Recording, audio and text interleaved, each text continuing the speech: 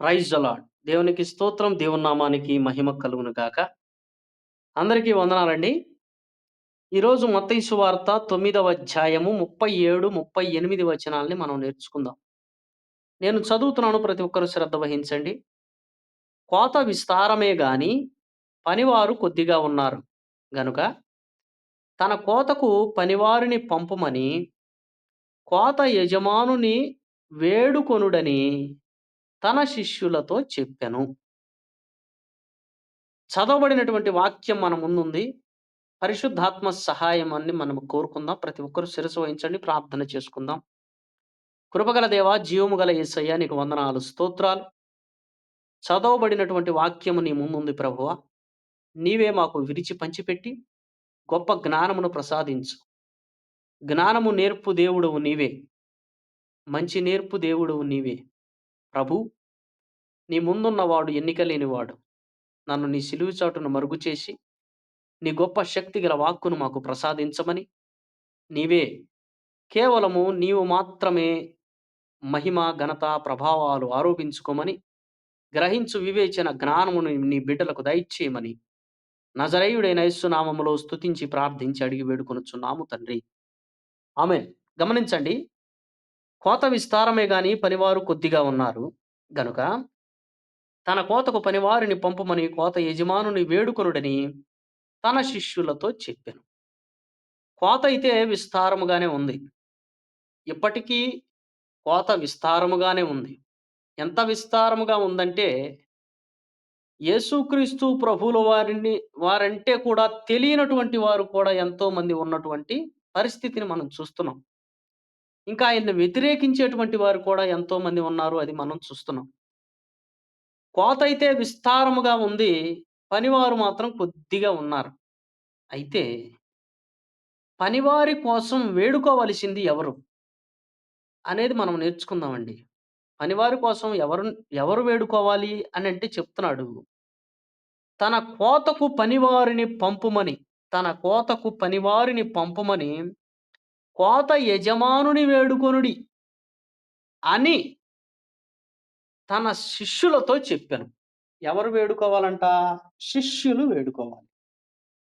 శిష్యులంటే 12 మందే శిష్యులనుకునేటువంటి వారు చాలా మందున్నారు. ఏవండీ, యేసుక్రీస్తు ప్రభువుల వారు మనందరికీ గురువై ఉన్నాడు. ఆయన మనకి గురువై ఉన్నాడు అంటే, మనందరము ఆయనకి శిష్యులమయ్యున్నాం. శిష్యులమయ్యున్నటువంటి మనకు చెప్తున్నటువంటి మాటేమిటంటే, "కోతైతే విస్తారముగా ఉంది నాయనా, పనివారి కోసం మీరు ప్రార్థన చెయ్యండి" అని చెప్తున్నాడు. నిజముగా ఒక్కొక్క లేఖనాన్ని మనం పరిశీలించి చదువుకుంటే మనకి దేవుడెంత బుద్ధి చెప్తున్నాడో, ఎన్ని నేర్పిస్తున్నాడో మనకర్థమవుతుంది. కోత విస్తారంగా ఉంది, మీరు ప్రార్థన చెయ్యండి అనని తన శిష్యులతో చెప్తుంటే, ఇప్పుడున్నటువంటి సమాజంలో ఇప్పుడున్నటువంటి శిష్యులేం చేస్తున్నారంటే, సంఘంలోకి వచ్చేటువంటి విశ్వాసుల యొక్క అనారోగ్య పరిస్థితులను బట్టి, వారి అనారోగ్యాలకును, వారి ఆర్థిక పరిస్థితికిని, లేదా స్వసంపాదనకై, స్వలాభాల కొరకు ప్రార్థించేటువంటి వారిగా ఉన్నారు. ఇప్పుడున్నటువంటి దేవుని శిష్యులు ఎక్కువ శాతం మంది, అందరూ అని నేను అంటలేదండి. ఎక్కువ శాతం మంది ఏ విధంగా ఉన్నారంటే, తన స్వలాభం కోసం ప్రార్థించేటువంటి వారుగాను, సంఘానికొచ్చేటువంటి విశ్వాసుల కోసం ప్రార్థించేటువంటి వారుగాను, సంఘంలో ఉన్నటువంటి ఆర్థిక పరిస్థితుల కోసం ప్రార్థించేటువంటి వారుగాను కనపడుతున్నారు గానీ, పనివారి కోసం, మనకి పనివారు కావాలండి నిజముగా. మనకెవరు కావాలంటే పనివారు కావాలి. ఎందుకంటే కోత అయితే విస్తారంగా ఉంది. కోతంతా గూడా పంటకొచ్చింది. చేనంతా గూడా పంటకొచ్చింది. పంటకొచ్చున్నటువంటి చేను కొయ్యకపోతే ఏమైపోతుందంటే నాశనం అయిపోతుంది. ధాన్యం అంతా కూడా రాలిపోతుంది. ఇది గమనించాలి. ధాన్యం అంతా కూడా రాలిపోతుంది. పంటకొచ్చినటువంటి చేనును మీరు చూసారో చూడలేదో, పంటకొచ్చినటువంటి చేను సరి అయినటువంటి సమయంలో కొయ్యకపోతే అదేమవుతుందంటే దానికున్నటువంటి ఆ యొక్క గింజలన్నిటిని కూడా నేల రాల్చేసి ఒట్టి పిప్పి మిగులుతుంది. ఒట్టి చెత్త మిగులుతుంది. సమయానికి కొయ్యాలి. సమయానికి కోత కోస్తేనే పంట మన చేతికొస్తుంది.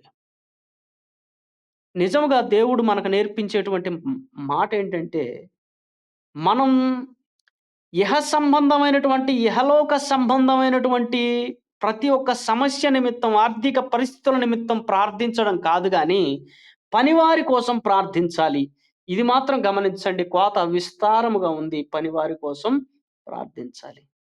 ఆ పనివారి కోసం ఎవరు ప్రార్థించాలంటే, నేను ప్రార్థిస్తాను అని ఆయన చెప్పటం లేదు. శిష్యులకు చెప్తున్నాడు. ఏమని చెప్తున్నాడంటే, "కోత విస్తారముగా ఉంది. పనివారి కోసం మీరు ప్రార్థించండి. మోకరించి మీరు ప్రార్థించండి."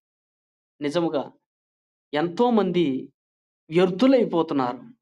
ఎంతోమంది మారు మనస్సు లేక నశించిపోతున్నారు. ఎంతోమంది అలానే మారు మనస్సు లేకుండా, బాప్తీసం లేకుండా చనిపోతున్నారు. ఆ చనిపోయేటువంటి వారు నిరర్ధకులైపోతారు. కాబట్టి ప్రతి ఒక్కరు కూడా ఏం జేయాలంటే, పనివారి కోసం ప్రార్థించాలి.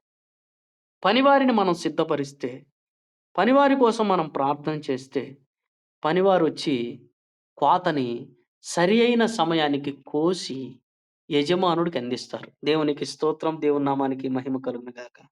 గమనించండి. ఈ మాటలన్నీ యేసుక్రీస్తు ప్రభువుల వారు ఎందుకు బోధిస్తున్నారంటే 36 వచనంలో ఉంది ఆ మాట. అదే మత్తయి సువార్త 9 అధ్యాయం 36 వచనంలో ఏముంటుందంటే, ఆయన సమూహములను చూచి వారు కాపరి లేని గొర్రెల వలె విసికి చెదిరియున్నందున వారి మీద కనికరపడి వారెలా ఉన్నారంట? యేసుక్రీస్తు ప్రభువుల వారు ఒక సమూహాన్ని చూశాడు. యేసుక్రీస్తు ప్రభువుల వారు ఒక సమాజాన్ని చూశాడు. ఆ సమాజం ఎలా ఉంది అంటే, కాపరి లేని గొర్రెల వలె విసికి ఉన్నారంట. కాపరి లేని గొర్రెలు ఏ విధంగా అయితే విసికి ఉంటాయో, కాపరి లేని గొర్రెలు ఏ విధంగా అయితే చెదిరిపోయి ఉంటాయో, కాపరి లేని గొర్రెలు ఏ విధంగా అయితే విచ్చలవిడిగా ఉంటాయో, కాపరి లేని గొర్రెలు ఏ విధంగా అయితే ఇష్టానుసారంగా జీవిస్తాయో, ఆ విధంగా ఉన్నటువంటి సమాజాన్ని చూసి అంటున్నాడు, వారంట ఇంకా చెదిరిపోయి ఉన్నారంట. చెదిరిపోవడం అంటే ఇష్టానుసారం చెల్లాచెదురుగా చెదిరిపోయి ఉన్నటువంటి ఒక సమూహాన్ని చూసి అంటున్నాడు, వారి యందు కనికరపడి అంటున్నాడు శిష్యులకు జెప్తున్నాడు. వారి యందు కనికరపడి శిష్యులకు జెప్తున్నాడు. ఏమని జెప్తున్నాడంటే, "శిష్యులారా! ఇదిగో కాపరి లేని గొర్రెల వలె విసికి చెదిరి ఉన్నటువంటి సమూహాన్ని నేను చూస్తున్నాను. అట్టి సమూహానికి మారు మనస్సు రావాలన్నా, అట్టి సమూహం రక్షణలోనికి నడిపించబడాలి అన్నా, మీరు ప్రార్థన చెయ్యాలి. మీరు ఎవరి కోసం ప్రార్థన చెయ్యాలి అంటే, పనివారి కోసం ప్రార్థన చెయ్యాలి. దేవునికి స్తోత్రం. ఎవరి కోసం? పనివారి కోసం మనం ప్రార్థన చేయాలి. మనం ఎప్పుడైతే పనివారి కోసం ప్రార్థన జేస్తామో, అప్పుడు పనివారు పుట్టుకొస్తారు. ఎక్కడి నుండి? మనలో నుండేనండి. మన సంఘంలో నుండి. మన సంఘంలోనే ఉంటారు పనివారు. చూడాలి, గమనించాలి, పరిశీలించాలి. వారిని వృద్ధి చెయ్యాలి. వారి కృపావరాలేటో పరిశీలించాలి. వారిని వారికి అవకాశాలిస్తూ ఉండాలి. పాటలు పాడేటువంటి వారు, వాక్యాన్ని వివరించేటువంటి వారు, వీరందరూ మన సంఘంలోనే ఉంటారు. మన చుట్టుపక్కల ఉంటారు. మన యవ్వనస్తులు మన చుట్టుపక్కలే ఉంటారు. వారిని గమనించి, వారిని ఎత్తిపట్టి, వారిని వారికి సహాయమిచ్చి, వారికి చేయూతనిచ్చి, వారిని ప్రోత్సహించి, దేవుని వాక్యాన్ని వారికి మరింత నేర్పించి, వారిని మనం నిలబెడితే, వారే పనివారుగా, సాధనాలుగా మార్చబడతారు. కానీ ఈ రోజుల్లో ఏం జరుగుతుందో తెలుసా? మన సంఘంలో ఉన్నటువంటి విశ్వాసిని మనము వృద్ధి చేస్తే, ఆ సంఘంలో ఎదిగినటువంటి ఆ యొక్క విశ్వాసి మనల్ని త్రొక్కి పాడవేస్తాడేమో అనేటువంటి భయం ఈరోజు సేవకుల్లో కనబడుతుంది. ఎక్కువ మంది సేవకుల్లో కాదు. అతి తక్కువ మంది సేవకులున్నారు కొంతమంది. అలా భయపడేటువంటి వారు. నిజంగా వారెలా భయపడతారంటే, ఒక విశ్వాసి సేవకుడిగా మార్చబడడానికి సిద్ధపడ్డాడు అంటే, ఒక విశ్వాసి జ్ఞానముగా వాక్యాన్ని బోధించగలుగుతున్నాడు అంటే, అతన్ని అతని వల్ల అక్కడున్నటువంటి సంఘస్థులందరూ అతనికి ఆకర్షితులై, ఈ సంఘ కాపరిని తీసివేసి, అతనిని నిలబెడతారేమో అనేటువంటి భయంతో, ఆహ్, ఉన్నటువంటి ఆ విశ్వాసిని, ఆ పనివాడిని అణగద్రొక్కేటువంటి ప్రయత్నాలు. అంటే అతనికి సమయమియ్యక, అతన్ని ప్రోత్సహించక, అలానే అట్టడుగున అతన్ని ఉంచేటువంటి ప్రయత్నం, అతన్ని తొక్కేసేటువంటి ప్రయత్నాలు చేస్తూ ఉంటారు ఈరోజు సంఘాల్లో. చూడండి ప్రియమైన సహోదరి, సహోదరులారా! పనివారిని మనం ప్రోత్సహించాలి గానీ, పనివారిని మనం లేవనెత్తాలి గానీ, పనివారి కోసం మనం ప్రార్థించాలి గానీ, పనివారు మన సంఘాల్లోనే సిద్ధపరచబడుతుంటే, ఆ పనివారినే మనం అణిచివేసేటువంటి ప్రయత్నం ఈ రోజుల్లో చేస్తున్నాము గమనించండి. అది ఎంత దుర్బలమో మనం గమనించండి. దేవుడు చెప్తున్నాడు, పనివారిని సిద్ధపరచండి, పనివారి కోసం ప్రార్థించండి, పనివారిని సిద్ధపరిచి దేవుని ఎదుట నిలబెట్టండి అని చెప్తున్నాడు. కోతకు సిద్ధపరచాలి మనం. నిజంగా. అట్టివారిగా మీరుండాలని, అలా మీ సంఘాల్లోనే పనివారిని నిర్ణయించాలని, పనివారి కోసం మరింతగా ప్రార్థించాలని మనఃపూర్వకంగా, నిజముగా మిమ్మల్ని బతిమాలుకొనుచున్నానండి. అదే విధంగా దేవుణ్ణి కూడా అర్థిస్తున్నాను. అట్టి సహాయం మీకు దయచేయాలని. పరిశుద్ధాత్మ దేవుడు అట్టి సహాయాన్ని మీకు దయచేయాలని నేను నిజంగా దేవుణ్ణి వేడుకుంటున్నాను. నా ఈ చిన్న మాటలు దేవుడు దీవించును గాక. అందరికీ వందనాలండి. ఆమేన్.